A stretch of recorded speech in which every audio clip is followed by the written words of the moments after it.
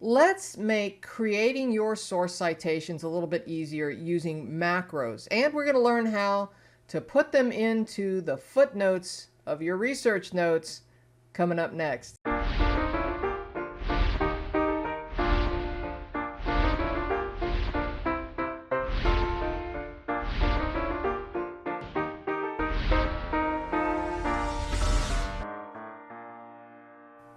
Welcome back. If this is your first time here, let me introduce myself. My name is Connie Knox, a lifelong genealogist, here to help you go further, faster, and factually with your family research. Now, if you want to get the most out of everything we do here, make sure you subscribe and ring the bell so that you get notified each time I upload a video. All right, don't forget, Genealogy TV is on Facebook and has a website at genealogytv.org.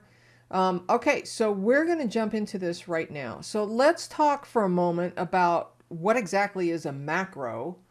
A macro is simply a recorder. It's very easy. You start the recording and it records all of your keystrokes, and then you stop the recording, and then you can play it back. So this is great for repetitive tasks. Well, writing source citations can be a repetitive task, especially if you are doing it in the professional style of writing source citations. And if you want to learn more about how to write professional source citations, I highly recommend Evidence Explained. It talks an awful lot about, well, it is the gold standard for how to write source citations for your census records, for what you find on Find a Grave, for birth certificates, just about everything under the sun as it relates to genealogy. And, well, the more you get in the habit of writing good source citations, the better. Now, we're going to talk about macros and how to use those so that you can make that task, because the format for each one is roughly the same. So we're going to talk about how you use macros, and then you've got the structure down by recording the structure and playing it back.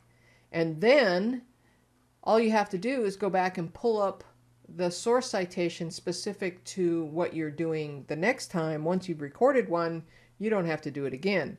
For example, a 1900 census, US Census. So if you've got the structure down for the recording, like you've recorded the structure of the US, say the 1900 census, then the next time you are writing something and you want to reference the source for the next ancestor who shows up in the 1900 census, all you have to do is hit play on that macro and it puts it in your source citations. And then all you have to do is go change the data. You have to change the name, and you have to change, you know, the location and the roll number and the page number and that kind of stuff. So it makes it a whole lot easier, especially when you are trying to, you know, create a lot of source citations. So Evidence Explained is the gold standard. This is where I use all of the information that I get for each one. And as you can see, here's a tip. Okay, so I, over the years, have put a lot of little tags on here. Once I created macros, I started, boy, my life got so much easier. Things went so much faster. Recording those macros made it crazy easy. And as you can see over my shoulder here, I have been typing in real time a 1910 US Census, with census source citation. So it clearly takes some time. And so once you do this, record it while you're doing it, you'll have that structure down, and then bingo, you can just change the few items that need to be changed, and the structure's already there. Of course, you're going to want to do this for every type of source citation, but you know, over time, as you keep doing this over and over again, it really does make your life a lot easier. Okay, let's do this. So we're going to do this in Word. Now, you could probably create macros in just about anything, but I'm going to demonstrate this in Word because that's what I know how to do. All right, so we're in a blank document in Word, and so the tabs that we're going to be using today are going to be the reference tabs.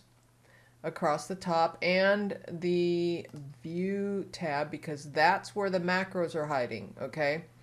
So we're going to start with the View tab. And by the way, if you don't have one of these tabs or one of these units, you can go up and just Google how to add that, and you'll be able to add it. Also, you know, you may have this hidden. If you click on any one of these, your menu will pop back down. You can also pin the ribbon open so it stays open. That's the way I like to work. There is some quick tips for you as well about Word. So I just want to show you right now how some of these macros work. Now the macro that I typed a few minutes ago, I want to show you. I have a list of macros here of all of the different source citations that I use on a regular basis. Now over time I have created this library of macros and it will take time to build up to that, but here's the 1910 census, okay? And my cursor is right here on the screen. So I'm going to hit run and watch what happens. It was that fast. Now the one that I typed out manually that you saw over my shoulder a few minutes ago, took 37 seconds for me to manually type that. But I will never have to manually type that again because if I record it while I do that, then you've got it. Now remember that you want to reference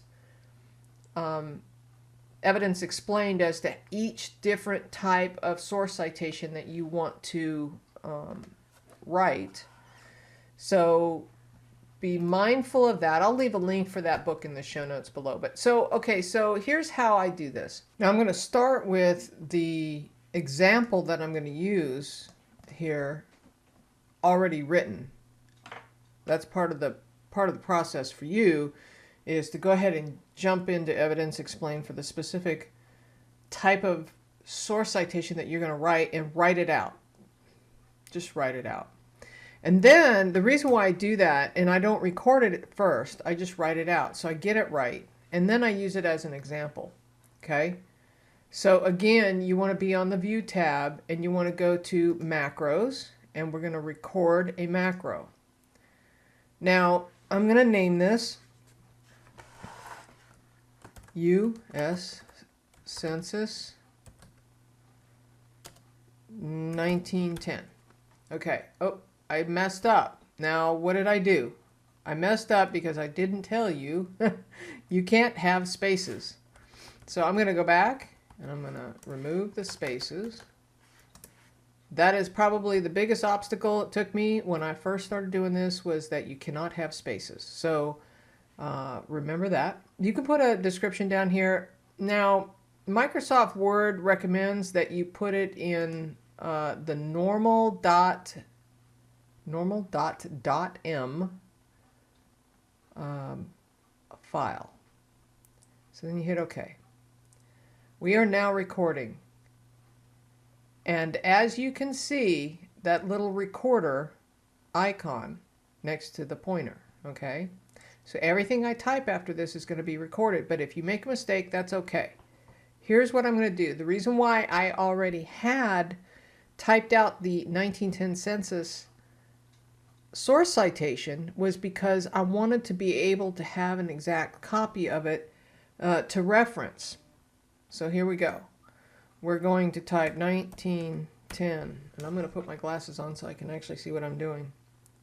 Space, U period, S period, census. Oops, see, I made a mistake. Now I'm speeding this up so that I don't waste your time. Now I'm not going to go through all of the fine details of how to write source citations while I'm typing this.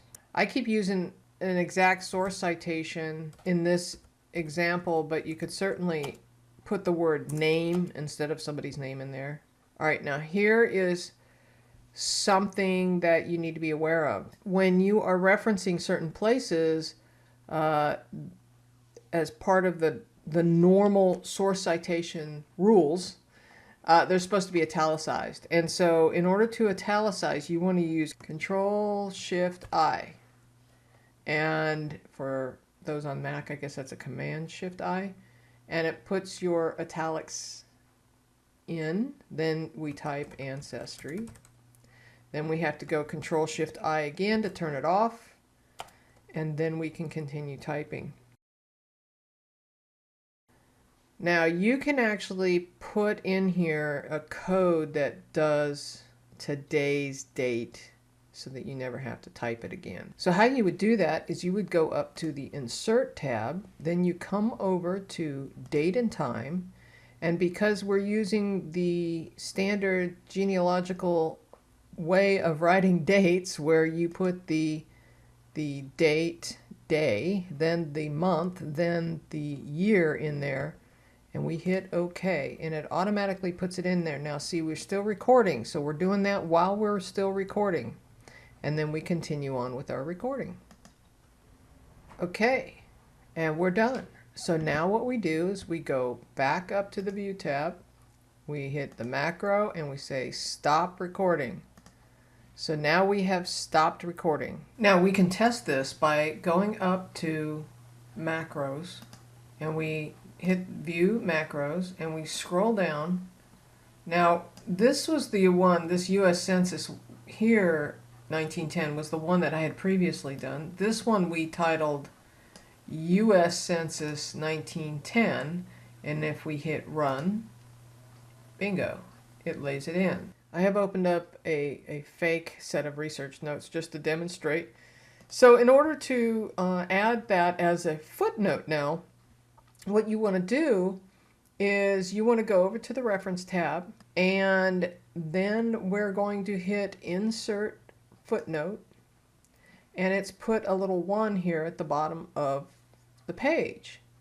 Now we go back to View, we go back to Macros, we view our macros, we scroll down to the one that we created that says US Census 1910, and we hit Run. And bingo, it throws it into the footnotes. Same thing that we did a moment ago. But now what we need to do is we just need to go in and we need to change the county information to the right county, and in this case it's Johnson County. It's not North Carolina, and you could just put state in there instead of North Carolina. In this case I had just created a real source citation, so in this case I would then just make this Kansas. Population census stays the same. This is Olathe Township. And I'm looking at the census record while I'm doing this. And you get the idea. You finish filling this out and changing it to the correct information for this source citation. Now notice that the little 1 is up there. Now the cool part about footnotes is when you add more in between things, the footnotes automatically update in Word. You don't have to do that again. So that is how you can create those source citations in Word using macros, and I will never have to type that source citation again. All I have to do is modify from the recording. All right, well, that's how you create a source citation using macros so that you only have to type that structure one time, and then every time you're going to use that 1910 census, you can just roll that macro and then modify it as you go. It's super easy. All right, I've also left you some other videos on the screen now regarding research notes. Also, well, if you found anything of value in that, please give me a thumbs up. Consider something in the tip jar, and or become a patron of Genealogy TV. You can do so at genealogytv.com/genealogytv.